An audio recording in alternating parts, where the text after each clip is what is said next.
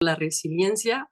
Esta es la sesión número 3 relacionada a la calidad y la seguridad del agua.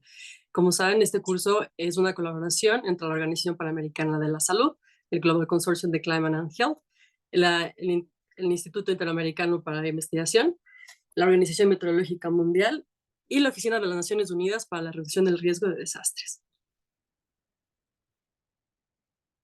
La siguiente, por favor. En esta sesión yo voy a ser su moderadora. Mi nombre es Helen Padilla. Soy química y tengo un doctorado en físico-química atmosférica. Participo en el grupo de salud y cambio climático de la Organización Panamericana de la Salud. Esto como parte del programa STEP del Instituto Americano para la Investigación del Clima. Siguiente. Siguiente, por favor. Bueno, empezando, les doy la bienvenida a todos a este curso. Y les quiero dar una serie de indicaciones. En la parte inferior se tiene la transcripción para el idioma español. Es una transmisión simultánea, entonces se encuentra en el botón en el lado inferior, en el lado derecho de su Zoom. Entonces recuerden que tenemos interpretación y va también ya a empezar, creo que en estos momentos. Siguiente, por favor. Como les comentaba, esta es la sesión número 3, que está relacionada a la calidad del agua y la seguridad del agua en las Américas. Entonces vamos a tener dos panelistas en este momento, que ya los presentaré. Y como saben, en la siguiente sesión también ya estaremos hablando de los demás ítems que se propusieron para este curso.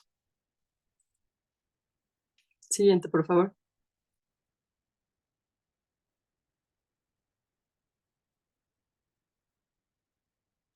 Bueno, las sesiones durarán 90 minutos. Cuando se acaban las sesiones, tendremos la sección de preguntas y respuestas. Estas sesiones quedarán grabadas en el sitio web y se estarán a disposición aproximadamente dentro de las 24 horas. Los materiales de referencia también se encontrarán en estos links. También se compartirán los links en el chat para que tengan mayores referencias y puedan seguir el curso. Siguiente, por favor. Como les comentaba, las presentaciones están disponibles en el sitio web del curso, las podrán descargar aproximadamente en 24 horas, entonces siéntanse libres de ir al sitio web para que las puedan descargar, pero mientras tanto también van a tener en el chat todas las recomendaciones que se elaboraron con el grupo de la Organización Panamericana de la Salud respecto a las recomendaciones a corto plazo para esta sesión. Siguiente, por favor. Como les comentaba, en el chat van a estar las sesiones a corto plazo. Estas recomendaciones van a estar en inglés y en español.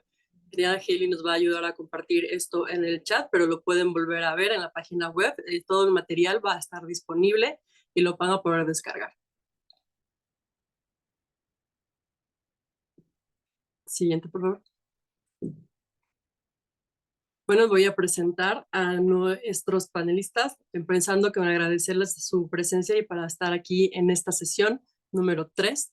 Bueno, voy a empezar a presentar a Patricia Rodesno, asegurado, quien es profesional y es magíster en ingeniería sanitaria con más de 35 años de experiencia en la salud pública. Fue responsable nacional de la salud ambiental en El Salvador. Se incorporó a la Organización Panamericana de la Salud en el programa de Plac Salud como asesora internacional del 2001 hasta el 2023. También está a cargo de la asesoría de salud y ambiente en varios países de Latinoamérica como Colombia, Paraguay, Uruguay y México. Nuestro segundo panelista, Salvador Ayala Pizarro, es geógrafo, magíster en salud ambiental, en salud pública de la Universidad de Chile. Es un profesional en la gestión de la información del Instituto de Salud Pública de Chile y coordinador de la línea de trabajo del clima y salud del interior de la institución.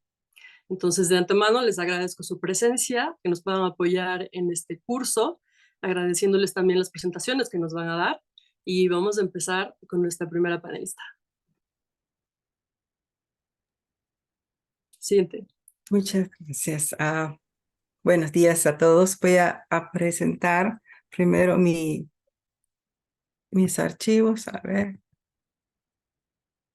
¿Se está viendo, por favor? ¿Sí? Bueno, muchas gracias por los organizadores de este evento y por permitirme participar en él y expresar primero pues un análisis, una reflexión que vamos a hacer de lo que es el agua y el saneamiento en la región y también cuáles son las herramientas que se tienen para los diferentes componentes, tanto en la respuesta a una emergencia como los componentes relacionados al día a día de cómo mejorar el agua y la calidad del agua y el acceso al agua en los países. Déjenme pasar acá. Bueno, esto creo que ustedes ya lo han de haber visto porque lo veo en los programas de entrenamiento, pero quisiera tomar dos puntos importantes en estas amenazas. Uno, bueno, que en septiembre fue el mes más caluroso que hemos tenido. Yo creo que nuestro próximo presentador dará mayores estadísticas, pero incrementar un 7 grados, punto 7 grados en promedio implica cambios significativos en la severidad que pueda presentarse en nuestros países. Hay países que la OMS dictaminó lo que son de mayor riesgo. Voy a pasarlos. Y aquí tenemos en rojo los países que tenemos: Colombia, El Salvador, Guatemala, Guyana, Honduras, Nicaragua y Perú. Y comentarles que en el último año me tocó vivir en Honduras. En Honduras se presentó una sequía tremenda, pues toda Centroamérica en general, pero vivirla allá implicó ver pérdidas significativas en las cosechas, un incremento de muertes en los pinos, por ejemplo. Se incrementó el gorgojo y el gorgojo destruyó los pinares y hubo cortes de mucho bosque en Honduras. Además de eso, se presentaron reducciones en los caudales, reducciones en algunas fuentes también que tendían a desaparecer, y se generó todo un programa de emergencia para la atención a esta sequía. Ahí tal vez el impacto de los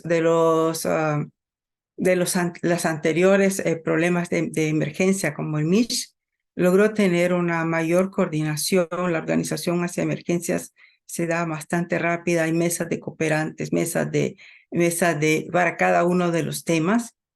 Y ahí se trabajó mucho en los componentes de agua y saneamiento, en los componentes de nutrición. Igual se puede pensar en los siguientes países. Pero, ¿qué pasa en nuestra región? Ya de por sí es una región donde se ve afectada por muchas emergencias. 681 inundaciones, 400 tormentas, 92 terremotos, 78 deslizamientos, sequías, la sequía en 77 sequías. Ahora estamos viendo, cuando vemos las noticias y hacemos la recopilación de este año, empezamos a ver en California inundaciones y sequías a la vez. En Canadá, pues todo el tema que ha pasado de los incendios que pasaron hacia el otro lado del Atlántico. Nos empiezan a hacer llamadas de los problemas que se están generando en Brasil. O sea, ya estamos empezando a escalar este problema. Y es donde tenemos que hacer, bueno, un alto y ver cómo nos preparamos, cómo estamos nosotros en este proceso. Pero ¿cómo afecta al sector salud? Pues tenemos un incremento de lluvias, tenemos las tormentas. Las tormentas se están volviendo más fuertes, rápidas, con caudales de descargas de agua bastante fuertes. También se incrementa la sequía en otras zonas y los incendios forestales. Todos estos tienen sus efectos en salud. Hay un incremento de los vectores. En el ejemplo que les mencionaba en Honduras, se dio un incremento. No después es como la sequía es como más lenta y se va presentando porque hay un mayor almacenamiento cuando hay sequía. Por ejemplo, hay un mal almacenamiento del agua Y eso, cuando almacenamos más el agua, está todo destapado, pues obviamente tenemos los vectores, el dengue, Zika, chikungunya en nuestro hogar, ¿no? Por otro lado, cuando hay inundaciones también, en el caso de las inundaciones, supuestamente, pues ahí tenemos problemas de contaminación, asolvamientos y problemas de calidad del agua. Todos estos componentes van juntos, ¿verdad? Tenemos un problema de malnutrición, entonces debemos de verlo integrado todos estos componentes. Cómo prepararnos para cada una de estas etapas y según las zonas y hacer uso de la información científica. Tal vez en los componentes más críticos que se está viendo es el tema de la malnutrición. Indudablemente la malnutrición va ligada con las enfermedades, con el tema del cólera que se pueda incrementar o las diarreas también que se incrementan. Hay otras enfermedades que se están poniendo como alto riesgo, como el tema de la malaria, las albovirosis, como les decía, se van dando paulatinamente este incremento de enfermedades. Ahora, ¿por qué es importante el agua y el saneamiento? ¿Por qué pensamos que influye en todo en este bienestar de la población? Nosotros soñamos con tener una reducción de las enfermedades de los niños, que haya mayor supervivencia infantil, que tengamos unos mejores servicios de salud, una mejor seguridad alimentaria y tener menos diarrea, más recreación, menos parasitismo, mayores niveles de nutrición, un trabajo decente. Empezamos una imagen de lo que nosotros queremos, que no haya tantas enfermedades, pero la realidad es otra. La realidad es otra y nos enfrentamos con problemas de la mortalidad infantil en nuestra región, con infecciones dentro de nuestros hospitales, con parasitismo y este parasitismo es de lo regular, o sea, estamos haciendo programas de desparasitación en las escuelas en forma permanente en muchos de nuestros países y es una medida de prevención, pero podemos saltar también hacia medidas de que no tener los parásitos a la disponibilidad en nuestros alimentos y en nuestros procesos de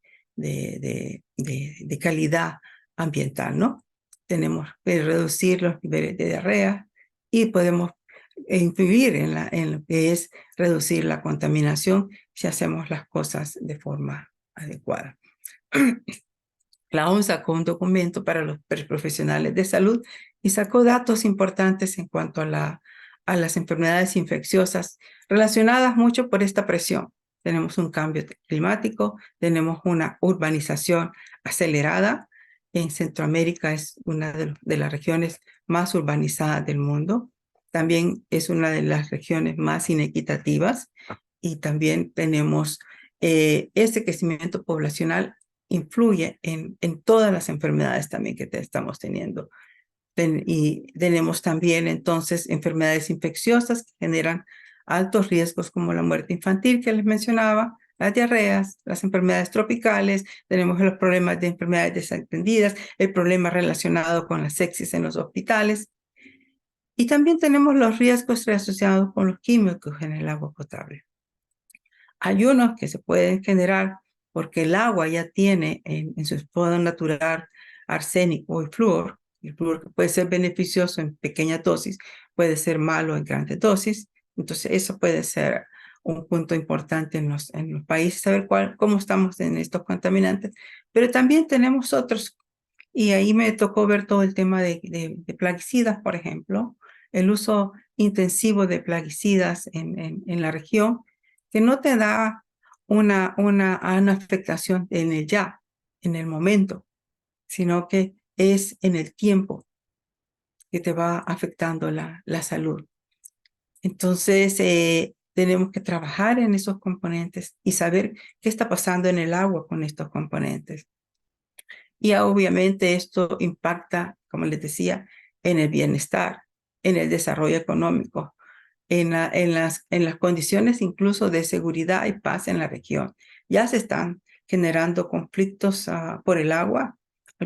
Algunas regiones, como podemos ver, han tenido en la misma ciudad, sequía y reducción del agua. Lo podemos ver los problemas que se estaban presentando en Uruguay, por ejemplo, que tuvieron que retomar este problema como importante.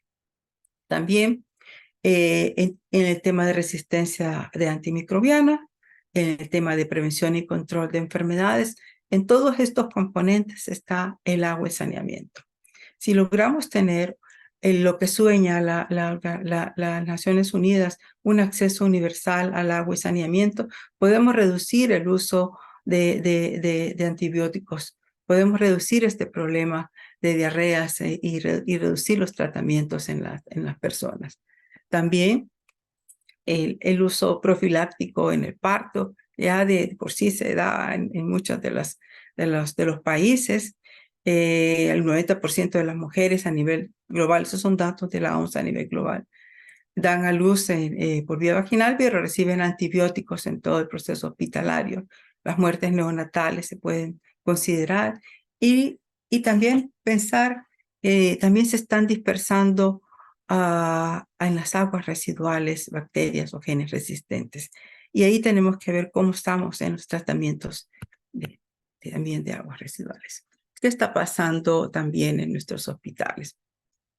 Tenemos todo un componente relacionado a las muertes atribuibles por la mala atención. 15% de los pacientes adquieren infecciones en la estadía de los hospitales, las muertes neonatales y la maternidad materna. Ahora, cuando hicimos un estudio de cómo estaba la situación de agua, saneamiento, higiene, basándonos en los indicadores que nos propone la OMS, porque son indicadores que se están monitoreando para los ODS, encontramos que de los establecimientos de salud, un 82% reciben agua, pero en la continuidad de servicio nos baja al 79.2%, pero el punto crítico tal vez sea en la calidad. ¿Cuál es la calidad del agua que se está llegando a nuestros establecimientos de salud? ¿Cómo la estamos monitoreando? ¿Cómo podemos mostrar evidencia de que el agua está llegando en forma adecuada? Y ahí nos baja el dato a 53%. Estos son los datos que se están dando y cuando vemos esto es para solo un indicador, pero se monitorean más indicadores, el agua, los residuos, el saneamiento. De estos indicadores necesitamos información. Si la información no está disponible de cómo están las condiciones básicas de agua y saneamiento en nuestros hospitales, difícilmente vamos a poder hacer cambios. Difícilmente vamos a poder decir, vamos superando, vamos mejorando. Y esto ha sido una preocupación también a nuestros cuerpos directivos. Sacaron una resolución hacia la seguridad del paciente, a mejorar las condiciones de agua y saneamiento. Está puesta entre las metas de nuestros países, está puesta entre la meta global también y está puesta también en nuestros consejos directivos. Entonces, tener agua segura y saneamiento seguro es un punto clave para realmente mejorar las condiciones de nuestros establecimientos de salud. Estos son los indicadores básicos y son básicos, o sea, ahí vamos a ver después ¿cómo se llama? En las condiciones de las viviendas, cómo son los indicadores, cómo se monitorean. En el agua que esté disponible de una fuente mejorada, esa es una condición básica, que hay en las condiciones de saneamiento, que haya separación para hombres, para mujeres, que existan las instalaciones, que estén funcionales, que estén funcionando. En el tema de higiene nos dimos cuenta en esos antes de COVID, cuando hicimos esta recolección, pero tenían los puntos de limpieza, pero no tenían jabón.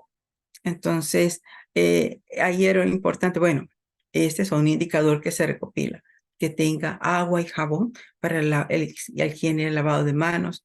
El tema de los residuos también fue otro punto que So evaluamos. is this another issue that we also evaluated? Perdón. ¿Aló? ¿Sigo?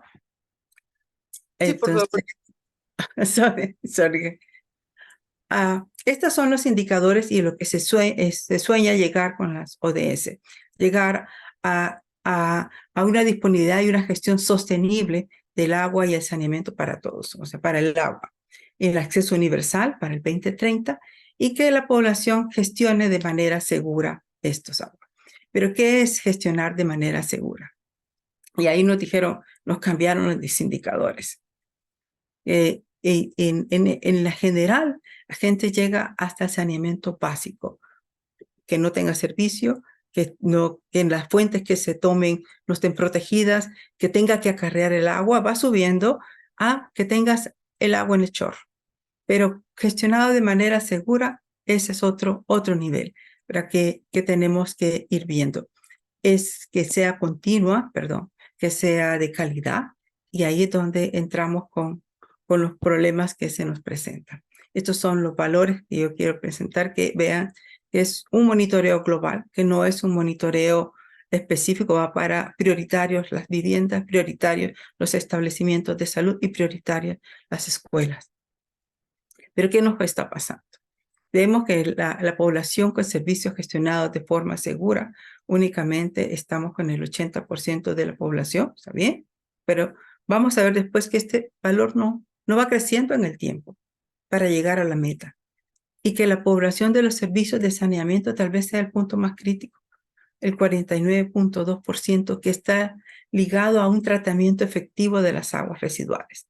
Quiere decir que nos preocupamos hacia obtener el agua, pero no nos preocupamos en el tratamiento de las aguas residuales.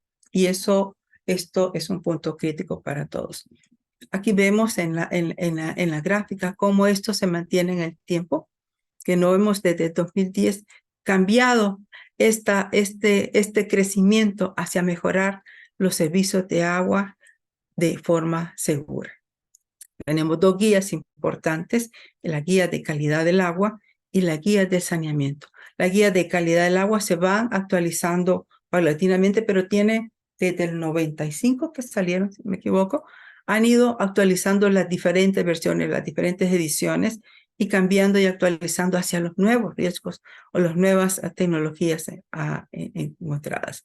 La guía de saneamiento al igual, pero salieron más recientemente en el 19 y ha estado promoviéndose el desarrollo de esta guía de saneamiento. Pero ¿por qué hablamos de todos estos componentes? Porque estamos buscando mejorar hacia tener planes de seguridad del agua resilientes al clima. Ya vamos a ver qué significan estos planes. Y estos planes también hay otros relacionados a los planes de seguridad del saneamiento resilientes al clima. Estos son componentes que se han ido adecuando. Como le digo, empezamos con planes de seguridad del agua, pero posteriormente se fueron incorporando cómo el clima puede afectar a la seguridad del agua y cómo estos componentes deben de ser planificados. Desde esa mirada del desastre, las acciones enfocadas hacia la prevención, conocer la vulnerabilidad, evaluar los riesgos, establecer un plan de emergencia y desarrollar las acciones de capacitación. También tenemos el tema de relacionar a las intervenciones, a la evaluación de cuáles son los daños. Y ahí, si uno no trabaja en el antes, no podemos sumar país. No podemos saber con herramientas específicas cuáles son, y ahí vienen las normativas, cómo las normativas apoyan a que estos se den en todo el país y que pongamos tener una movilización, una respuesta adecuada y una rehabilitación de los sistemas. En el marco de seguridad del agua que se establece en las guías, se enfoca hacia un contexto de proteger la salud de la población. Todos los objetivos de la seguridad del agua son objetivos de salud pública. Y ahí es donde a veces dejamos las instituciones del agua a un lado, pero los objetivos que éstas deben regir, y en algunos países el regulador o el ente normativo es la autoridad de salud, porque el agua es un elemento esencial para la salud pública. Y ahí vemos el desarrollo de estos planes de seguridad del agua que establecen todo un análisis del sistema, establecen cuáles son las medidas de control y cuáles son las medidas de planificación y de gestión. Y en forma paralela se pide que haya un sistema de vigilancia independiente, porque obviamente el que produce el agua, el que genera el agua, tiene que tener sus controles. Ese es el control que ellos hacen. Pero el organismo independiente asegura que que los datos que se están dando, que se tenga un plan de seguridad y que se tenga análisis en la red, permite saber cuál es la situación y permite tomar acciones de salud pública en la comunidad. Entonces, por eso es importante que salud esté en todos los componentes del tema de agua y del saneamiento. Y entonces podemos decir que el agua debe ser adecuada para el consumo humano, para uso doméstico habitual, incluye la higiene personal. Vamos a ver qué indicadores nos piden. Cobertura. Y eso fue evaluado en los ODM solamente que tuviera una cobertura del agua, que tuviera las redes. Pero en esta ODS se enfoca más hacia el derecho humano y se ve hacia la continuidad del servicio. Y ahí nos encontramos con países o como ciudades. Puedo mencionar tal vez la más reciente, Honduras. Honduras, entre la ciudad de Tegucigalpa, las horas de servicio pueden ser 5 o 6 horas. Y las poblaciones que tienen mayores recursos tienen sus tanques de almacenamiento, tienen sus cisternas, pero la población pobre no. Ellas les toca almacenar mal y almacenar en recipientes. Entonces tenemos que ver cómo mejorar esa continuidad de servicio, ¿no? En algunos lugares nos decían, no, yo tengo la red, pero no tengo el agua. Entonces, esto es un indicador importante y obviamente importante para salud pública es la calidad. ¿Cuál es la calidad del agua? Físico-química, bacteriológica, y cómo hacemos esos controles de calidad del agua en los países, cómo se está monitoreando en los sistemas en algunos países no existe o se han desmantelado los sistemas de vigilancia, y es donde tenemos que invertir.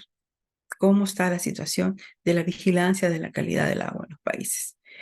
En la organización hacemos una evaluación, se llama GLASS, que se evalúa toda la gestión del agua. Y ahí vemos, hay un componente que es de vigilancia. En el componente de vigilancia hay 2 países que llenan todo, que tienen una institución externa al proveedor que hace los análisis. Pero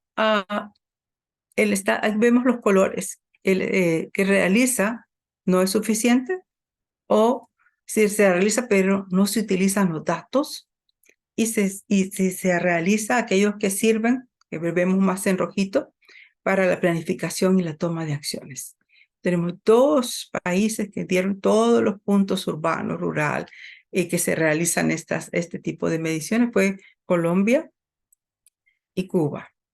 En Colombia, a mí me tocó estar viviendo en Colombia también, y en Colombia se trabajó mucho, un trabajo integrado entre el sector salud, el sector interregulador y algunos proveedores, pero cómo la información de que sale en la vigilancia de la calidad del agua automáticamente pasa al ente regulador para que tome acciones, pasa al sector salud para que identifique riesgos.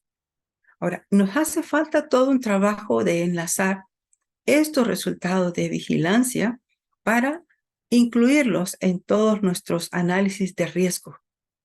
Y ahí es donde es importante ver en las situaciones de emergencia cómo está la situación de vigilancia de la calidad del agua, cómo estos inspectores sanitarios pueden hacer un rol más relevante en cruzar esta información. Y ahí es importante que la dirección tome acciones en cuanto a mejorar la vigilancia de la calidad del agua. Ahora, ¿qué vemos con el cambio de los planes de seguridad?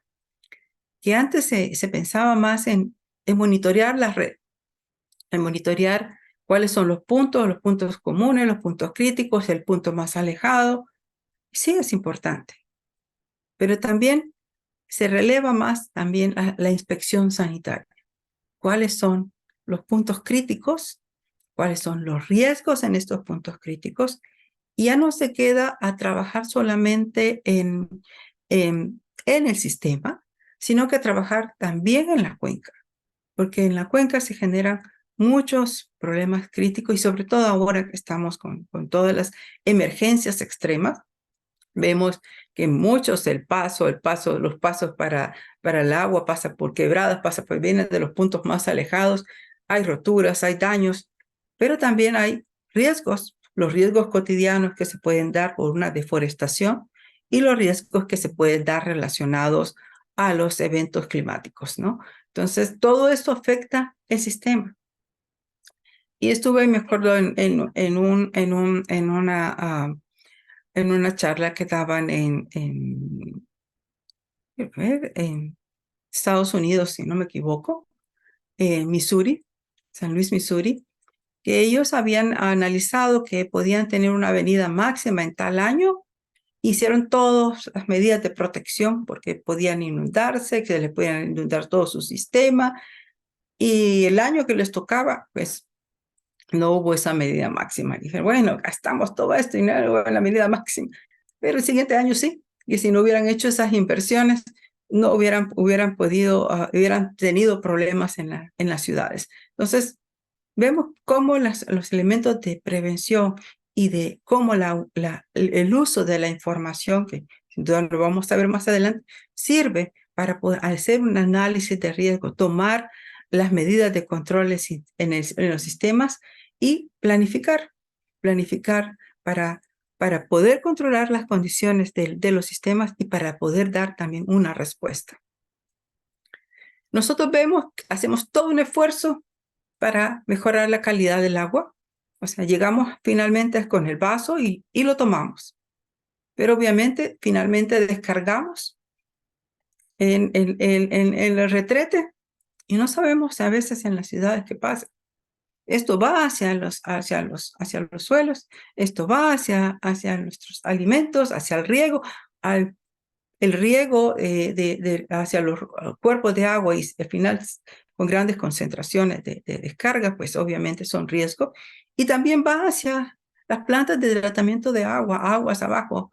Y eso lo veíamos en algunas ciudades en Colombia, que aguas arriba tenían una calidad y cómo el río iba bajando e incrementando sus concentraciones de bacterias y microbios. Aquí tenemos nuestras muestras de qué es lo que pasa en los sistemas de agua, daños por los huracanes, daños en las instalaciones, roturas, desacoples, daños en los sistemas de distribución, en las inundaciones hay asolves, cambios del cauce. Y finalmente tenemos la población. Llega la población y cómo la distribuimos. ¿Cómo están las condiciones de distribución? ¿Cómo están se corta el sistema y hay que hacer una distribución, hay que hacer una contención? ¿Cómo planificamos todos estos componentes?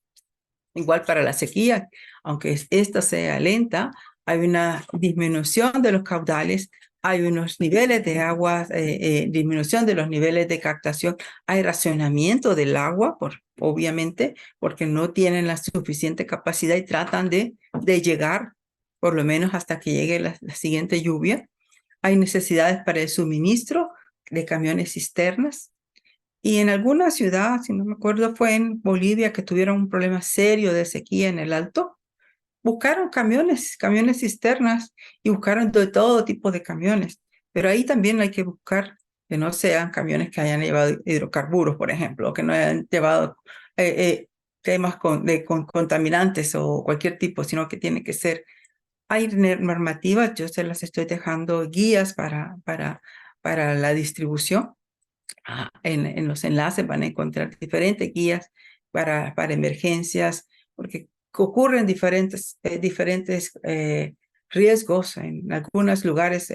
Por ejemplo, Mish, me acuerdo que se dañaron todas en la costa de mi país, se dañaron todos los pozos de agua, hubo que hacer limpieza de pozos, las letrinas con muchas colapsaron, se mantuvieron, fueron las letrinas aboneras que simplemente se limpiaron y y continuaron funcionando. O sea, hay diferentes guías, por supuesto las dejaré, que pueden ser de utilidad, estarán al final en la presentación.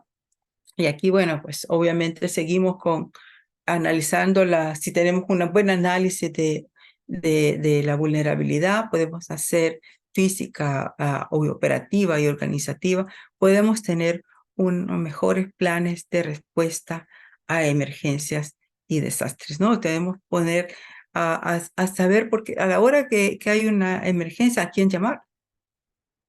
¿Quién es el responsable?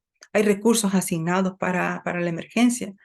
En el terremoto de México, por ejemplo, que me tocó estar en México, se hicieron las evaluaciones, habían criterios y empezaron a tener recursos específicos, tenían recursos específicos para habilitar los sistemas. Pero también tenemos que fortalecer más y más la coordinación del sector salud con otros sectores y que nos permita tener una mejor respuesta. Entonces, si queremos realmente mejorar la mitigación, pues tenemos que tener este programa de prevención, ver cuáles son las normativas existentes en los países.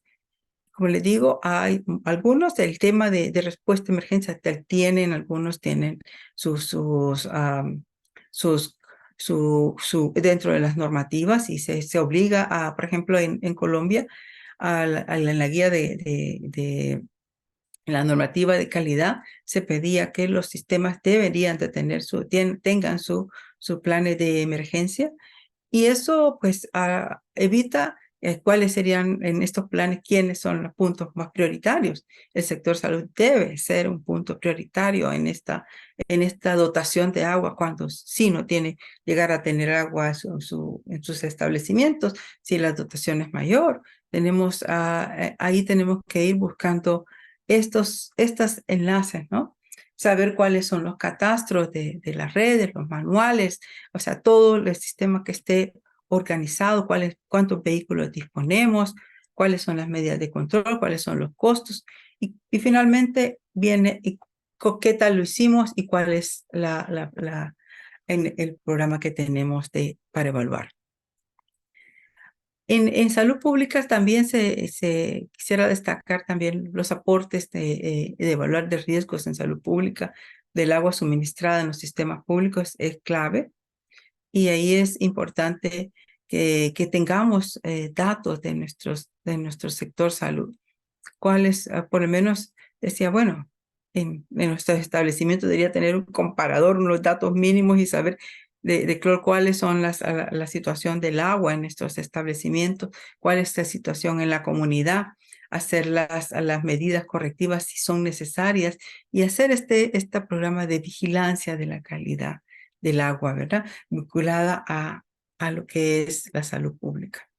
¿Qué pasa con los técnicos de salud o el personal de ingenieros que tiene salud en los países? Les toca ver de todas las actividades, todos los riesgos relacionados con los albergues, los abastecimientos, contactar con las autoridades reguladoras, con las autoridades de abastecimiento, ver cómo está todos los componentes de almacenamiento, el origen, la distribución, ver si estos planes funcionaron, en dónde no están funcionando.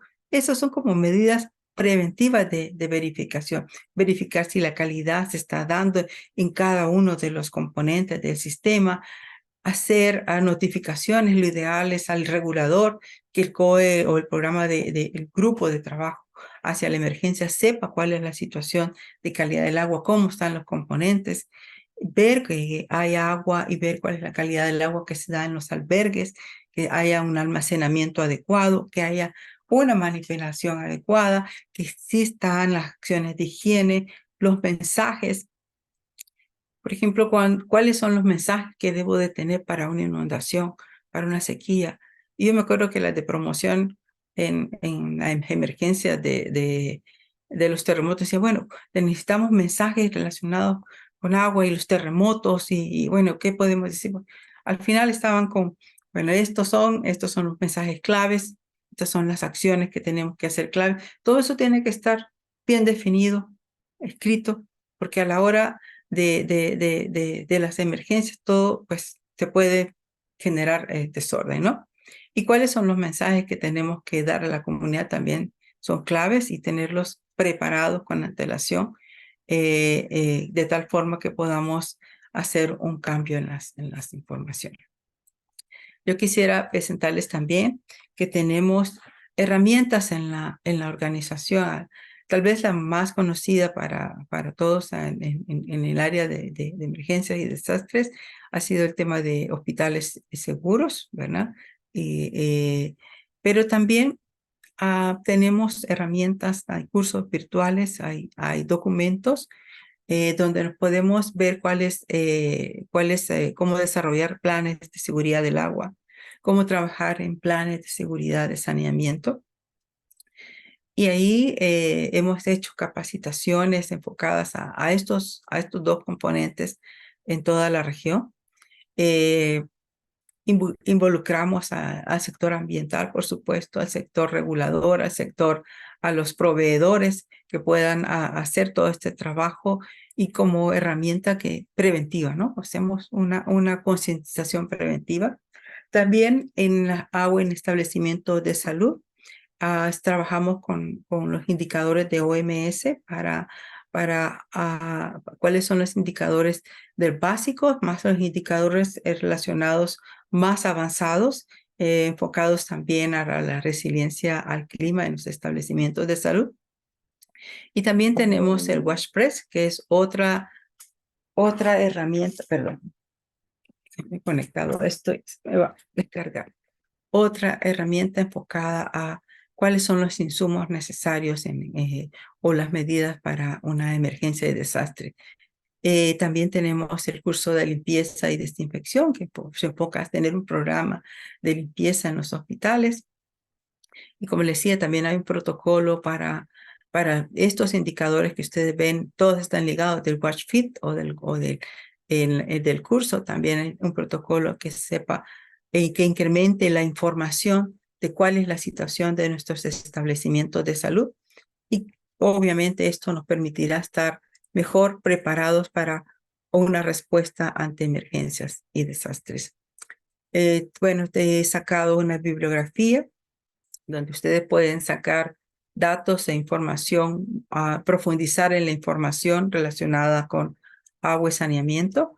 Los cursos de seguridad están puestos también ahí, las guías de agua de consumo también, cuáles podrían ser las guías para una respuesta eficaz de emergencias y desastres, y las notas técnicas, estas me parecen interesantes que puedan considerar básicas para la atención en el campo. Bueno, creo que he estado más o menos en el tiempo. Muchas gracias por la participación y espero que los insumos que hemos podido aportar sirvan realmente para todos los ponentes y los que participan en esta reunión y que por favor difundan cuáles herramientas existen, difundan como academia mayores enlaces en cuanto a la investigación, mejoramiento de la calidad del agua, cómo están los sistemas de vigilancia, cómo podemos mejorar esa relación del análisis de los datos que se generan de calidad del agua con los datos que estamos teniendo con las enfermedades. Eso es uno de los aspectos que deben de mejorarse en la vigilancia en salud pública. Bueno, muchas gracias y ha sido un placer estar con ustedes.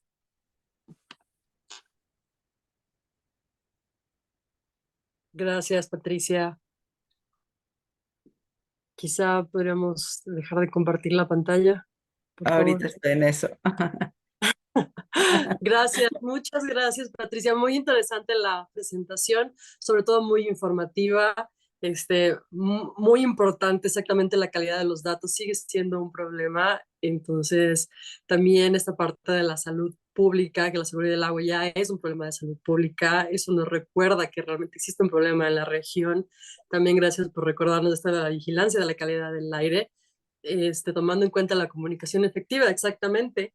Entonces, y gracias por las herramientas, van a ser de mucha utilidad, yo creo que para todos los que estamos aquí en esta reunión y para poder utilizarlas y poder leer. Gracias por compartir también la bibliografía, muchas gracias por la presentación. Gracias. Y bueno, la parte de las preguntas y respuestas las veremos un poco al final de la sesión. Le doy paso a nuestro siguiente panelista. Por favor, Salvador, adelante. Muchas gracias, Suelen. Voy a compartir la pantalla entonces.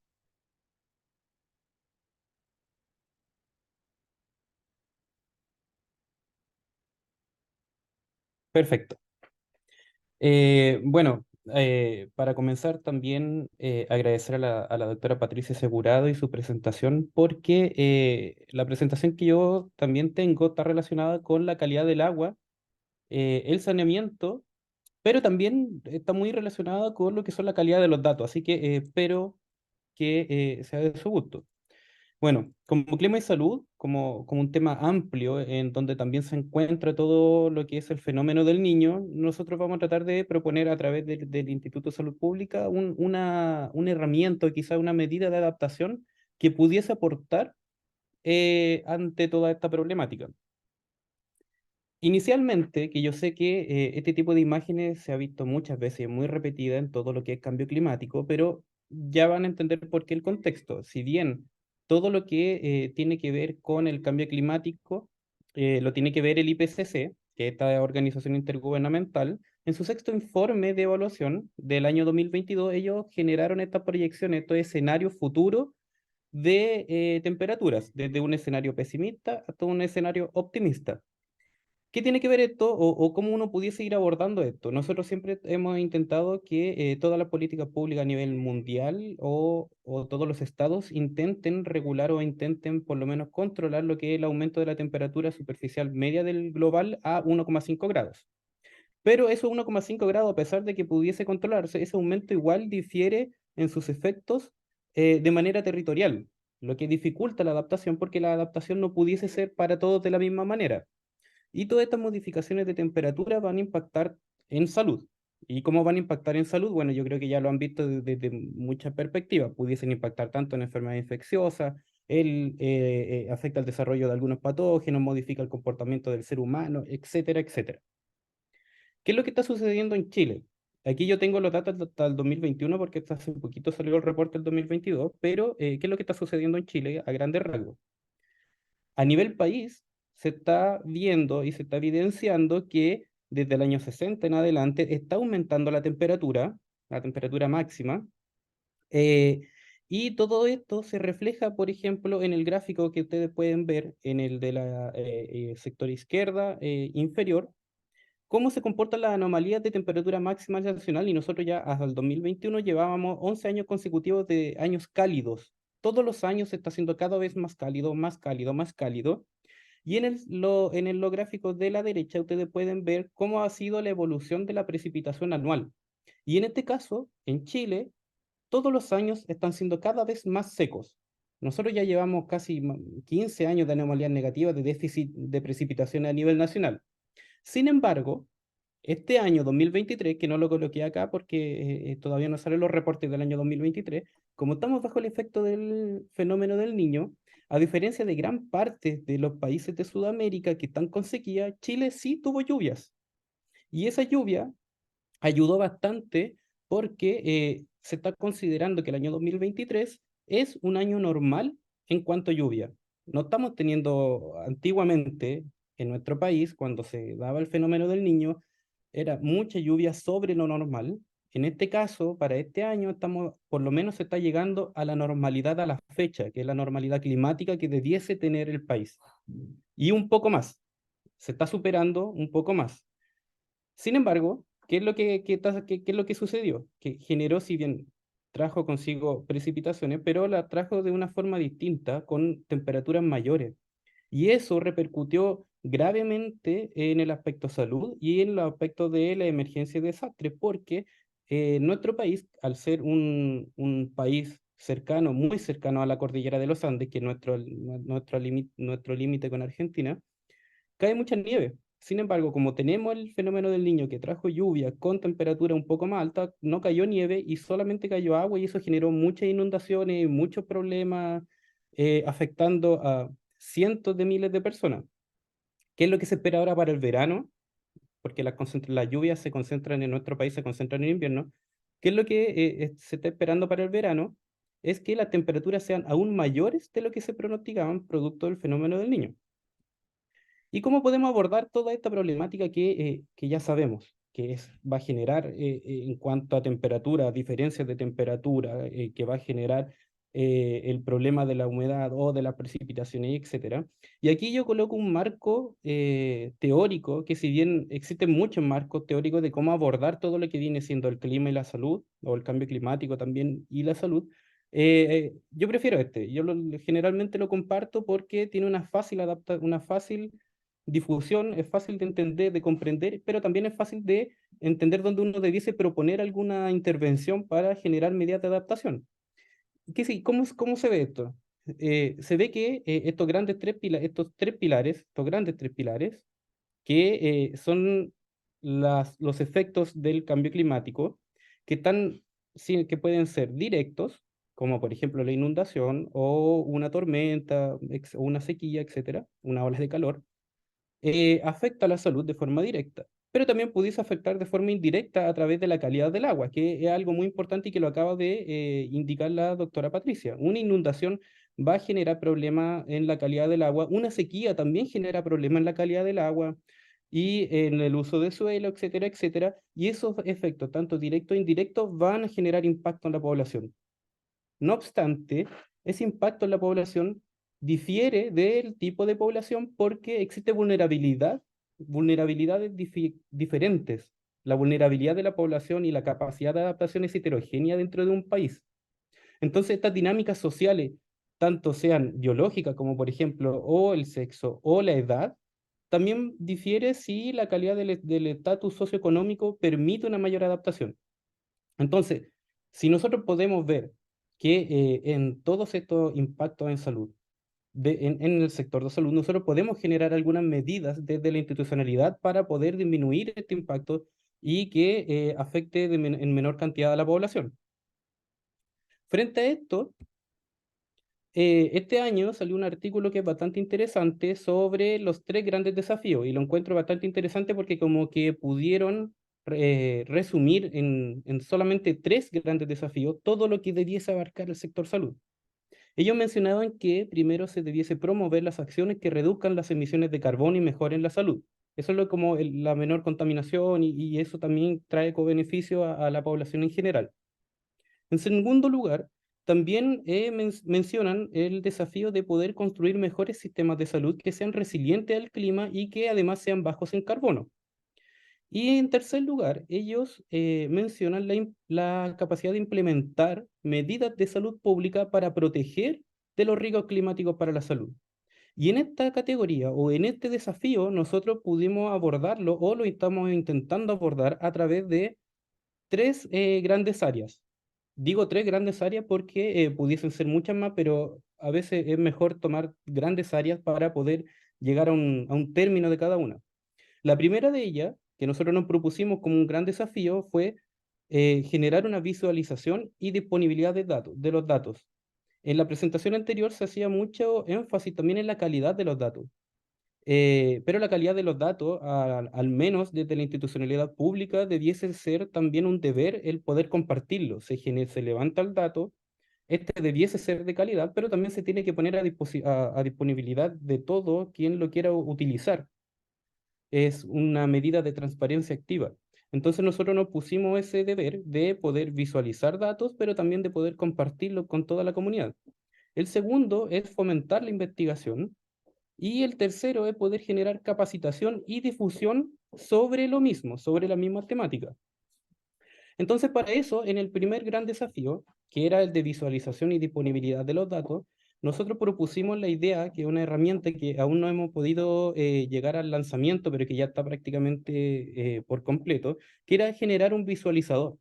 Este visualizador, que pudiese ser que es una herramienta relativamente básica, y sí, lo es, porque es solamente juntar datos de salud y juntar datos de clima, o de clima, eh, en su práctica es bastante compleja. ¿Y por qué es bastante compleja? En primer lugar, porque se tienen que coordinar áreas al interior de las instituciones, que ya trae una complejidad, pero también tiene la complejidad de generar nexos y trabajos colaborativos entre instituciones que son de distintos rubros. Nosotros logramos generar ese trabajo con la Dirección Meteorológica de Chile, en la cual ellos accedieron a entregar todos sus datos de las condiciones climáticas, de temperatura, humedad y precipitación inicialmente, y nosotros poder aportar con los datos que genera el Instituto de Salud Pública, también inicialmente porque posteriormente tenemos el objetivo de poder ir agregando distintos tipos de morbilidades. En este caso, nosotros seleccionamos 3 grandes grupos, agrupamos a toda gente en 3 grandes grupos. El primero, que son todos los agentes que se transmiten por alimentos y la calidad del agua. El segundo, todo lo que estuviese relacionado con vectores. Y el tercero, todo lo que fuese transmitido por aire o que generara problemas respiratorios. En el caso de los alimentos y el agua, nosotros estamos trabajando con 2 pilotos, uno que es Shigella y Salmonella. Al momento en el que uno selecciona uno de estos agentes, como es Shigella, permite visualizar cuál ha sido su comportamiento desde el año 2010 en adelante. Por ejemplo, ver cómo está aumentando o en qué época, en qué meses del año aumenta la Shigella y cómo se comporta con las temperaturas. Por ejemplo, cómo se comporta con la temperatura media, cómo se comporta con la temperatura máxima y con la temperatura mínima. El mismo caso podemos hacer con las precipitaciones y con la humedad relativa. Todo esto es descargable. Uno puede descargar tanto la imagen como puede descargar la tabla de datos para generar futuras investigaciones. Pero también permite resumir. Este es un ejemplo de que se tomó desde esa herramienta en la cual nosotros seleccionamos 3 regiones, que son las regiones, los límites administrativos de Chile, que está compuesto por 16 regiones. Aquí yo tomé las primeras 3 regiones del extremo norte, que es la región de Arica y Parinacota, la región de Tarapacá y la región de Antofagasta, y cada gráfico, cada caja de boxplot me indica la variabilidad de la temperatura media y la línea negra continua me indica el número de casos. Entonces yo puedo ver y de manera fácil ver cómo se comporta el número de casos de este agente en función de la temperatura. Y también todos estos datos se pueden descargar. Eso es en cuanto a la visualización. La segunda etapa, que viene siendo la investigación, nosotros partimos también desde el visualizador como un ejemplo para poder promover el uso de él y poder promover también la investigación, y seleccionamos un piloto. Partimos desde una gran introducción, desde un gran contexto que viene siendo las estimaciones de la Organización Mundial de la Salud para el periodo 2030 al 2050, que es bien conocido porque incluso sale como en el sitio oficial de la organización de la OMS, en la cual ellos estimaban que para ese periodo se generarían 250.000 defunciones en exceso producto del cambio climático. Y uno de los grandes grupos que se viesen afectados y serían los adultos mayores, pero también la diarrea. Ellos estiman que de esas 250.000 defunciones en exceso, 48.000 serán producto de diarrea. Y la enfermedad diarreica a nivel mundial causan la muerte aproximadamente de 525.000 niños menores de 5 años, lo que es un grupo bastante vulnerable y viene siendo considerada la segunda causa de muerte de este grupo a nivel mundial. ¿Y qué es lo más importante de esto? Y qué es lo que también se mencionó en la presentación anterior, que es la importancia del agua y del saneamiento. ¿Por qué? Porque la diarrea es totalmente prevenible si se asegura el acceso al agua potable y a los servicios adecuados de saneamiento. Entonces, eso le genera un mayor interés desde la institucionalidad del poder resolver esto porque se puede prevenir muertes de forma directa.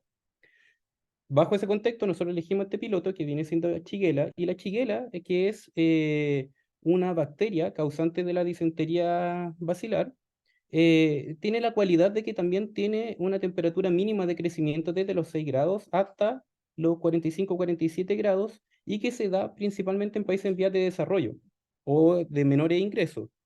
Afecta principalmente también a niños y se ha descrito a nivel mundial que pudiese ser sensible a las variaciones climáticas. Entonces, si nosotros ya vemos en este contexto de que las temperaturas aumentan, en el caso de Chile que las lluvias disminuyen, salvo este año, ¿cómo se verá afectado todo esto, además por el fenómeno del niño que se está dando en este año?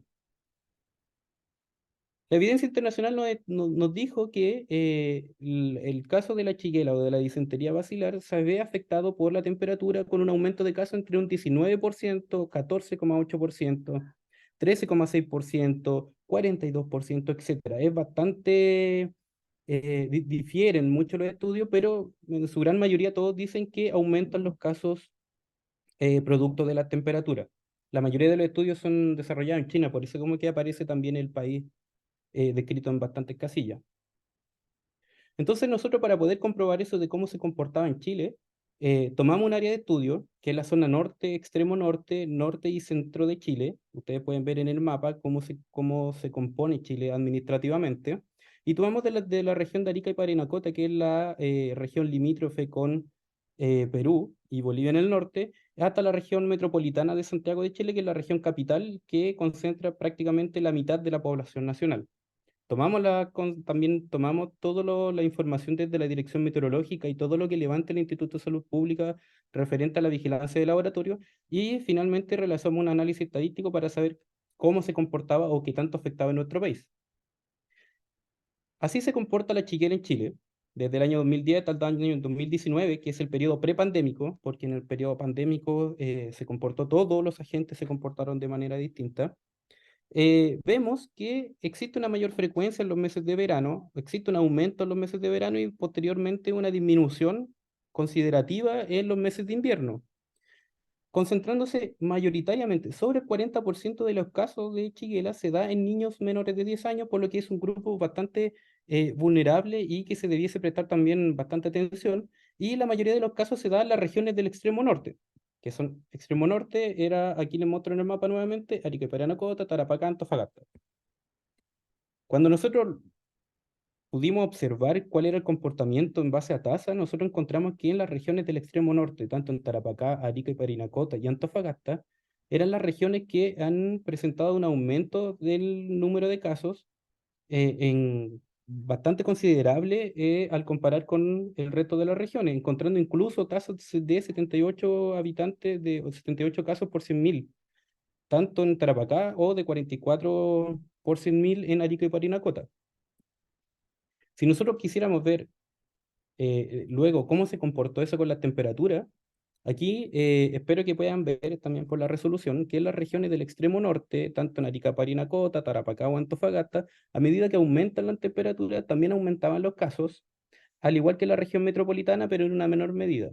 Sí, eso lo vimos tanto para la temperatura mínima, la temperatura media, la temperatura máxima.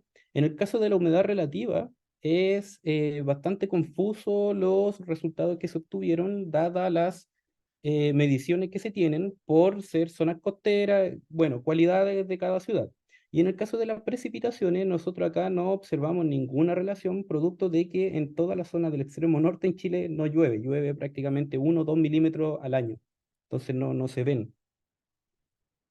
Si nosotros, para poder confirmar esto, luego, también aplicamos un modelo estadístico, que era un modelo mixto de binomial negativa con efecto aleatorio, pero era un modelo multinivel en el cual nosotros consideramos tanto las regiones como los años de todo el periodo para saber cómo influenciaba la temperatura sobre el aumento de los casos, y nosotros pudimos llegar a observar que por cada grado que se da de aumento en la temperatura media mensual, temperatura máxima mensual, el aumento de casos de Shigella era de un 13%, lo que es bastante coherente con lo que aparece también en los otros artículos referidos a la evidencia internacional, que también estaba entre un 13, 15 o incluso un 20%.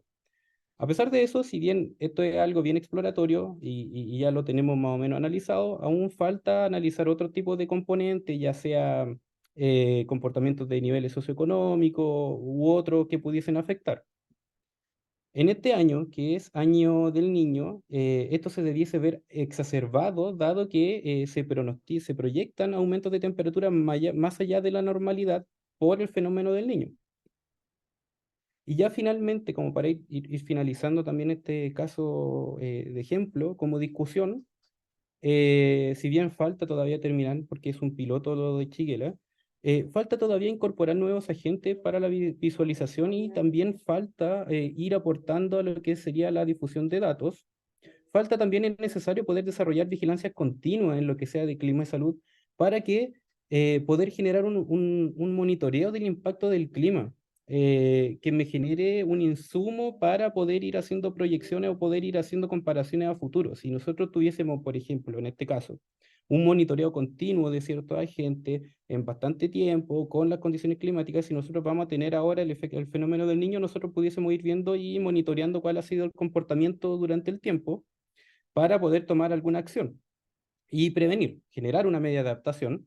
Se requiere fortalecer el trabajo entre instituciones públicas, al interior de las instituciones públicas, entre instituciones públicas e instituciones académicas y también con la comunidad. Y eso, a pesar de que parecen palabras realmente relativamente fáciles, generar esa fortaleza o esos trabajos colaborativos son bastante complejos y es necesario ir haciéndolo para tomar las mejores medidas de adaptación para proteger a la población.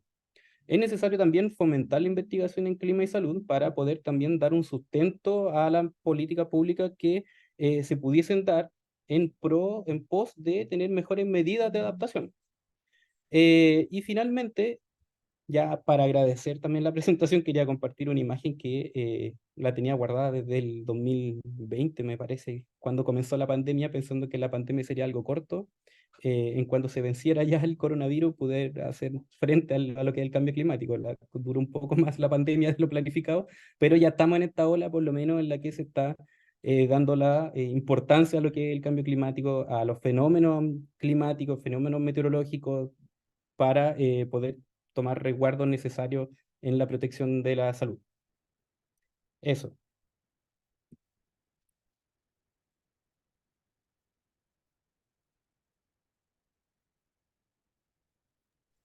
Muchas gracias, Salvador, por la presentación. Muy interesante los datos que presentaste. Interesante también el programa piloto. Es algo muy bueno a considerar. Y exactamente volvemos a recalcar la importancia de los datos. Todos los resultados que se tengan depende mucho de la calidad de los datos y la importancia del monitoreo. También muy interesante la vinculación y la importancia de la colaboración para hacer investigación multidisciplinaria también. Eso también es muy importante de recalcar. Entonces, y sobre todo también la difusión, ¿no? Sí falta un poco de Sí. difusión. Es muy importante que también las comunidades participen y que obtengan esta información para sepan en qué ambiente están y qué pueden hacer respecto a la situación en la que se encuentran en ese momento. Muchas gracias. Muchas gracias a ustedes, muchas gracias, Suel.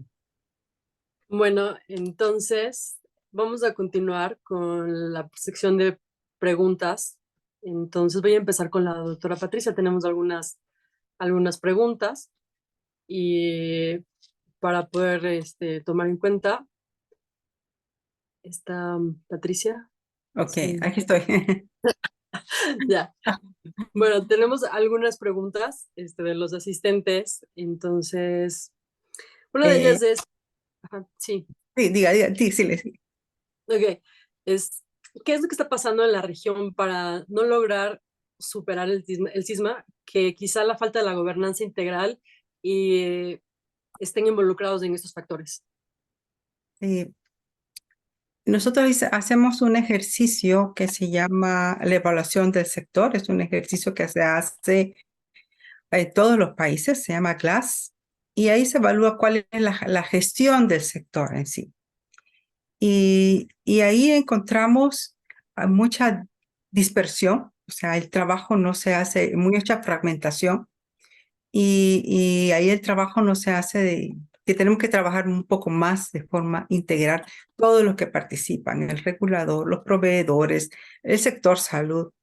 Y donde el sector salud está ausente, pues obviamente tenemos que empujar como sector salud la necesidad de mejorar las condiciones de agua y saneamiento. Y tenemos, o sea, hay información, hay datos, hay compromisos a nivel internacional, hay propuesta de aceleradores, pero también empezamos a hacer otro análisis en agua y saneamiento y hicimos en este proceso de clase cuáles son las inversiones que se están dando en el sector. Y es menos del 1% del PIB que se invierte en agua y saneamiento. Con esas inversiones bajas no podemos pensar que vayan a mejorar esa situación horizontal.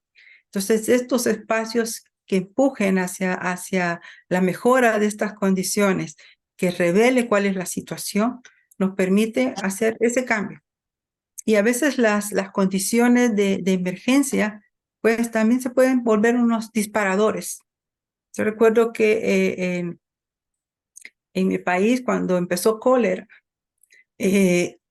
estaban el área de salud ambiental desprovista más que de técnicos. Permitió fortalecer toda la capacidad para especialistas en cada una de las áreas, incrementar el número de inspectores. Pero tenemos que tener la voz del sector salud para poder realmente hacer esos cambios en los otros sectores. El sector más afectado de todos en cuanto a inversiones, en cuanto a gastos, porque por cada gasto o por cada mejora en los sistemas de agua se reducen los costos y los gastos en salud. Entonces, el sector salud es uno de los principales abogados o gestores de liderazgo en esta área. Para mejorar las condiciones tenemos que presentar cuál es la evidencia y cuáles son, como sector salud, en qué nos vemos afectados. ¿Cómo podemos soñar un mejor sector salud? Sí, muy clara la respuesta, gracias. Bueno, la siguiente pregunta es, bueno, que también va un poco relacionado a lo que ya se mencionó, es si le podría indicar qué se debería hacer para mejorar el tema del saneamiento en el tema sanitario a nivel local, regional y nacional. Ahí está la clave de la pregunta. Okay. A veces pensamos en el saneamiento y ahí están, por eso tenemos las guías de saneamiento. Pensamos en el saneamiento simplemente en el tratamiento de aguas residuales que se ve para las grandes ciudades. Pero hay países que han trabajado mucho el saneamiento en los hogares para población dispersa.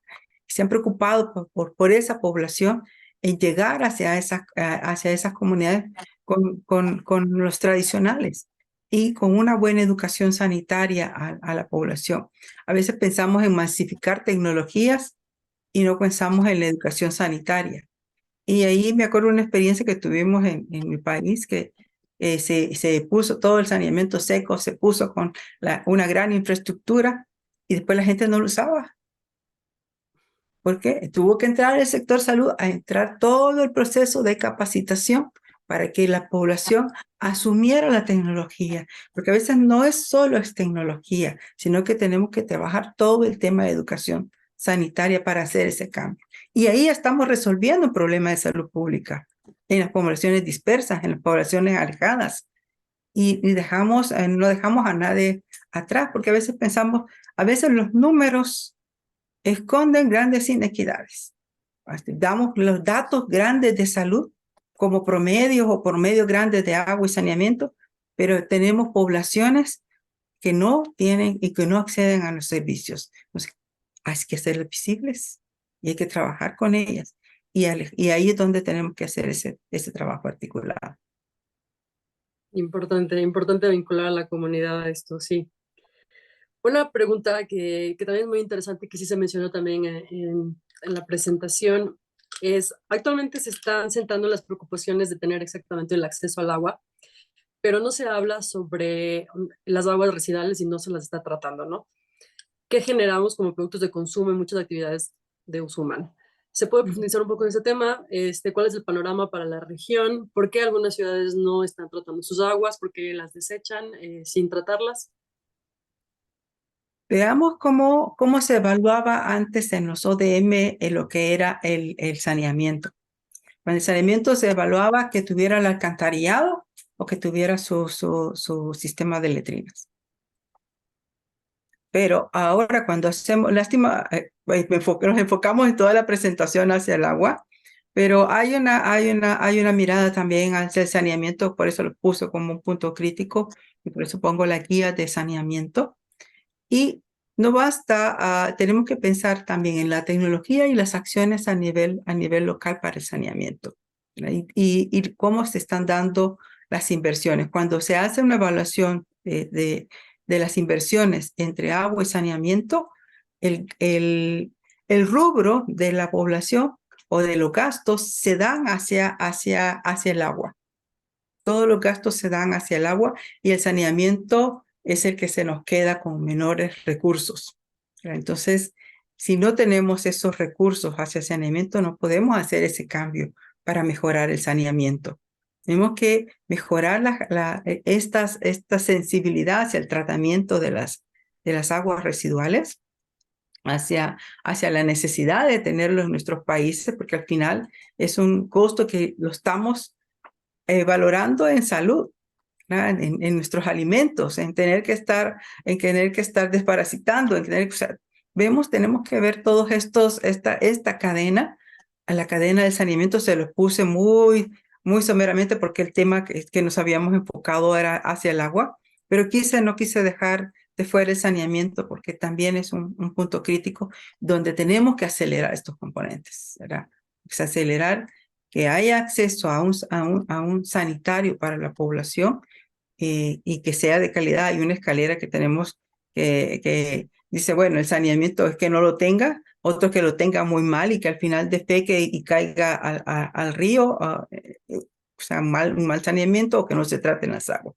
Hay una escalera específica para eso que se valora y donde tenemos que primero tener conscientes hacia estos nuevos indicadores, porque decíamos, tenemos saneamiento porque tenemos alcantarillado en los indicadores. No, tenemos saneamiento, pero tratamos las aguas. Ahí venimos al saneamiento seguro. Se hacen las instalaciones y la usa la población, y hay una separación entre que cada hogar tenga sus instalaciones, y la separación en los establecimientos de salud que haya para hombres, mujeres y niños. A mí me tocó en una escuela que tenían para las niñas, para los maestros, y al final de las niñas se convirtió para los maestros, y cerraron y dejaron solo para los niños las letrinas.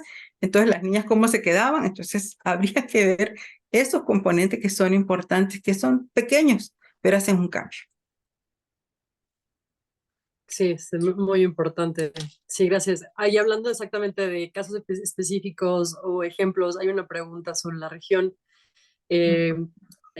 Actualmente se tienen serios problemas en la sequía del lago Titicaca del este boliviano, sí, en el este del oriente boliviano, y para extraer el agua del subsuelo se tiene agua salada en la zona de San José. ¿Qué medidas se pueden adoptar en esta situación? Ahí tenemos que hay que ser específico de cuál es la calidad de la fuente alterna que tiene, cuáles son las posibilidades de las fuentes alternas, y ahí es importante en la planificación. Cuando hay una emergencia, si está este sistema, ¿cuál fuente tengo? ¿Qué alterna? ¿Cuál es la mejor fuente que pueda tener en la región para poder decir esta es la mejor opción? O puedo tener otras opciones y no tomar el agua, o hacer una revisada de otras fuentes y hacer un proceso de dilución. Hay que conocer más a profundidad cuál es la problemática y cuáles son las diferentes opciones para poder decir, esta no es una receta que puede dar así sin conocer a profundidad el problema y las opciones que se están trabajando. Sí, bueno, y hablando de esto, hay una pregunta interesante que es, ¿cuáles son las tendencias emergentes y también los riesgos emergentes que afectan al agua potable en la región? Bueno, los riesgos emergentes son los que ya estamos viendo, que estamos con sequías extremas, inundaciones. Eso pues cambian los comportamientos, sobre todo de las fuentes superficiales, que son las fuentes de captación, cambian la calidad del agua, influyen en las medidas de tratamiento del agua, en los insumos químicos que se utilizan. O sea, estas afectaciones son que tenían que verse con anticipación. O sea, si no podemos, tenemos que ser resilientes, saber cuáles son los riesgos. Por eso vienen a desarrollarse todos estos planes, y donde se pueda tomar información como la que genera Salvador, que analiza, y se puede tomar toda esa información para el análisis de riesgos y las medidas de control. Si no tenemos esos enlaces, que a veces tenemos la información una por un lado, otra por otro, y no canalizamos esa información para que nos sirva para la toma de decisiones y la acción. Y la academia juega un rol importante en los procesos de investigación, en los procesos de crear tecnologías, actualizar, validar las tecnologías que existen. O sea, tenemos que hacer un cambio en nuestros estudiantes, o sea, y que los estudiantes sean los agentes de cambio para este futuro que tenemos en nuestra región. Bueno, y aquí quizá una más que pregunta, bueno, porque sí es una pregunta, pero si posteriormente nos pudieran compartir que si hay ejemplos concretos de la implementación de sistemas de monitoreo estratégico participativo de la calidad del agua donde las comunidades hayan participado activamente en el diseño de indicadores y sus variables. Entonces, sería bueno quizás si luego nos pudiera compartir un poco de esa información, si tienen algunos casos. Hay algunos, muy pocos, o sea, tal vez no se ha hecho un proceso sistemático en la región, pero, por ejemplo, me acuerdo que tuvimos una experiencia en las escuelas que se llamaba Aquatox, y allí a las maestras enseñaban con pequeños parámetros de la calidad del agua, si cambiaba de color esto, si tenía cloro. El caso que iban a los ríos y veían cómo estaba el agua. Era un proyecto muy sencillo, lindo, incluso si crecía las lechugas, o perdón, las semillas de lechuga, si crecían las de cebolla. Bueno, analizaban los niños y se concientizaban de los problemas de contaminación. E incluso la maestra, me salió un cambio de color en la muestra que hicimos. Mire, ¿qué es lo que pasa? Van hablándole ¿cómo se llama? Al jefe o al alcalde. O sea, eso es como hacer un poco más hacia esa concientización hacia los jóvenes y hacia a esas pequeñas medidas que se pueden ir tomando y que que la población pueda tomar acción. Pero ese es todo un proceso que se ha hecho más a nivel pilotaje que a nivel a escala. O sea, creo que debemos de hacer todo un trabajo más fuerte a nivel de comunidades. Por ejemplo, en México están tomando los planes de seguridad del agua dentro de las acciones de promoción de la salud, porque tienen los municipios por la salud y lo primero que preguntan los alcaldes, hoy, ¿cómo estamos? ¿Cómo vamos a hacer con el agua? O por lo menos, ¿qué podemos hacer con los residuos sólidos? O sea, porque son las preguntas regulares y cómo los agentes de promoción pueden hacer un rol importante en todos estos componentes. Ok, muchas gracias, muy interesante estos ejemplos exactamente y que todavía falta mucho por hacer en la región. Muchas gracias por esta información, Patricia. Vamos a continuar con las preguntas para Salvador. Gracias. Bueno, primero, Salvador, bueno, leí muchas felicitaciones en el chat sobre tu presentación, sobre los datos. Entonces, muy bien, vamos a continuar con las preguntas. Hay una consulta, es que si las altas temperaturas del aire, ¿qué relación tendrían frente a las enfermedades causadas por virus? ¿Habría un mayor contagio? Bueno, lo que nosotros al menos hemos estudiado hasta ahora es que por lo menos se da en el caso de nuestro país, de Chile, y es que las temperaturas del aire, sobre todo las bajas, influyen sobre todas las que están transmitiendo enfermedades respiratorias. Nosotros tenemos brotes estacionales, los que aumentan todo. Por ejemplo, este año hubo un aumento considerable en lo que es el virus respiratorio sincicial y se genera también solamente en invierno, no son brotes que son durante el año. La temperatura evidentemente afecta en eso, pero no es lo único. Y ahí hago el enlace también con una de las últimas preguntas que alcanza a leer, que quizás te quite la pregunta, pero, pero hago el enlace con la pregunta, con una de las últimas preguntas sobre la vulnerabilidad social y qué tanto afectaba el clima o qué tanto pudiese compararse la vulnerabilidad social versus el clima. Y ahí uno tiene que ser bastante claro. Hay enfermedades o hay impactos directos, que es lo que aparece en este eje del marco teórico, que afectará de forma directa una inundación de forma directa, genera un impacto directo en la salud, pero esa inundación también se da en ciertas zonas donde también vive gente, población vulnerable. Entonces la vulnerabilidad es lo principal y el cambio climático o el impacto que pudiese generar el impacto climático va a exacerbar esas diferencias y exacerbar esas problemáticas. La capacidad de adaptarse a los fenómenos, a los desastres socioambientales es diferido según la capacidad de la persona. Y eso hay que considerarlo. Si el frío afecta más, por ejemplo, o aumenta ciertos virus, va a afectar a ciertas poblaciones que no tuvieron la capacidad de adaptarse. Eso. Bueno, sí, o sea, se recalca de nuevo que la vulnerabilidad y la adaptación es heterogénea, como mencionaste exactamente, y que Sí. afectará más a las poblaciones que viven en condiciones de mayor vulnerabilidad. Sí, muy importante.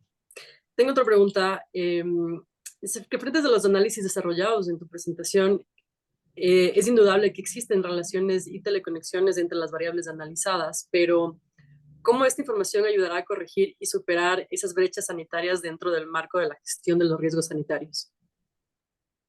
Sí, bueno, esa es una excelente pregunta porque nosotros solamente estamos evidenciando hasta ahora un fenómeno que se encuentra en desarrollo. Nosotros ya estamos analizando cuánto aumentan las enfermedades entéricas o las que se generan por Shigella o Salmonella, producto del aumento de la temperatura, etcétera, etcétera. Pero cómo nosotros pudiésemos llegar a impactar con eso es saber cómo esto se va a proyectar a futuro. Si las condiciones o las políticas públicas no cambian hasta ahora, solamente lo que se va a ver es que estas van a ir aumentando cada vez más en esos sectores a medida que pasa el tiempo. Entonces, como sector, por lo menos como sector salud, se debiese dar una priorización a aquellos sectores que se ve y se está proyectando que va a haber un mayor daño.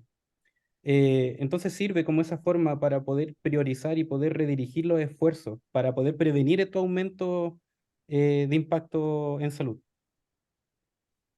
Ok, sí. Bueno, la siguiente pregunta es, desde el marco operacional para sistemas de salud resilientes al cambio climático, ¿qué experiencia se tienen al respecto? ¿Qué metodologías, ay, perdón, y qué metodologías se aplicarían? Em, bueno, nosotros estamos ocupando distintas metodologías, pero yo creo que a veces cuando uno se enfoca mucho en la metodología, uno pudiese quedar corto para poder responder algunas preguntas de investigación. En el último tiempo se ha visto que la integración de las comunidades te pueden dar información que uno nunca tuvo para poder analizar con metodologías tradicionales. Yo creo que estamos en ese cambio actualmente. Nosotros hasta ahora solamente estamos analizando de forma estadística, ver si que hay diferencias significativas, desde el sector salud, ver cómo uno pudiese generar alguna política pública, etcétera, pero estamos todavía al debe. Es una deficiencia el no poder incorporar de mejor manera a la comunidad para que exista esta retroalimentación y nos pudiese aportar también con toda la interpretación de los resultados que nosotros estamos obteniendo y saber si qué es lo correcto o no lo correcto. Este, Desde esto, exactamente como se está haciendo una mención exactamente de las herramientas, ¿cómo se evalúan los planes de emergencia, los simulacros de prevención que llegue a concientizar a la población? Nosotros por lo menos en nuestro caso, no estamos evaluando los planes de emergencia.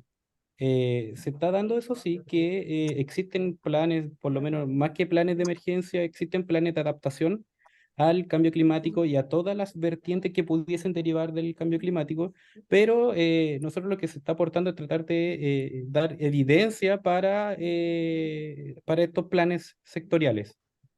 Hasta el momento nosotros todavía no estamos en la etapa de evaluación de esto, pero estamos entregando, al menos estamos entregando evidencia. Increíblemente, que a pesar de que ya se está viendo las consecuencias del cambio climático, se está viendo las consecuencias del niño, sobre todo este año que fue bien marcado y fue bien grande, aún falta levantar mucha evidencia, aún falta levantar mucho dato que es básico. Hay una frase que dijo la doctora recién, que es muy cierta, que es que a veces los datos esconden realidades, los datos globales esconden realidades locales. Sin embargo, también hay otra frase que es muy buena, que es decir que lo que no se cuenta, no cuenta. Y muchas veces para las políticas públicas, si no existe un monitoreo de datos, si no se contabiliza el daño, simplemente no se considera para generar una medida de adaptación o generar una política pública para poder resolverlo. Entonces también es bueno a veces partir desde esa cosa tan pequeña como contabilizar el fenómeno. Sí, el monitoreo, exactamente. Exacto. Bueno, y como última pregunta, exactamente sobre las herramientas, ¿no? Se hace un análisis multivariados de brotes patógenos para medir factores ambientales más relevantes y de sus interacciones. ¿Y qué software se utilizan para estas estadísticas? Voy a partir desde el software porque es la respuesta más fácil. Nosotros trabajamos todo en R, que R es como una herramienta, yo creo que es bastante potente, primero porque es gratuita y en los países de toda Latinoamérica se agradece bastante que sea una herramienta gratuita. Y segundo, porque permite hacer todo el análisis que uno quisiera hacer, desde los análisis espaciales, análisis epidemiológico, limpieza de bases de datos, visualización así bastante atractiva con gráfico, publicación, etcétera. Así que yo soy un fiel seguidor y lo recomiendo bastante el R. Y el segundo es que sí, efectivamente estamos haciendo análisis multivariados de bastantes enfermedades. Empezamos con un piloto que aún no lo publicamos, pero que estamos intentando poder ir abarcando cada vez más complejidades en aquel modelo. Nosotros ahora solamente estamos viendo y evaluando lo que era el clima, porque era algo que nos interesaba resolver como una pregunta básica, pero sabemos que todos estos fenómenos son multivariantes, entonces nosotros necesitamos ir incorporando todas las variables posibles para poder tener una mejor interpretación. Sí, muy importante, exactamente. Bueno, muchísimas gracias. Gracias, Salvador. Muchas gracias también, Patricia. Gracias por esas increíbles presentaciones con mucha información. También los ejemplos han sido muy clarificantes para todos nosotros y para poder ver exactamente en qué estado estamos en este momento y también cómo el niño puede empeorar todos estos eventos. Muchísimas gracias. Muchas gracias también a todos los que asistieron. Gracias por sus preguntas. Las preguntas que no han sido respondidas pueden ser respondidas después, se podrán ver en el link también. Entonces, y de antemano les agradezco mucho la asistencia a todos. Gracias. Muchas gracias por la invitación también. Gracias Hasta por la luego. invitación. Gracias. Buen día a todos. Bien.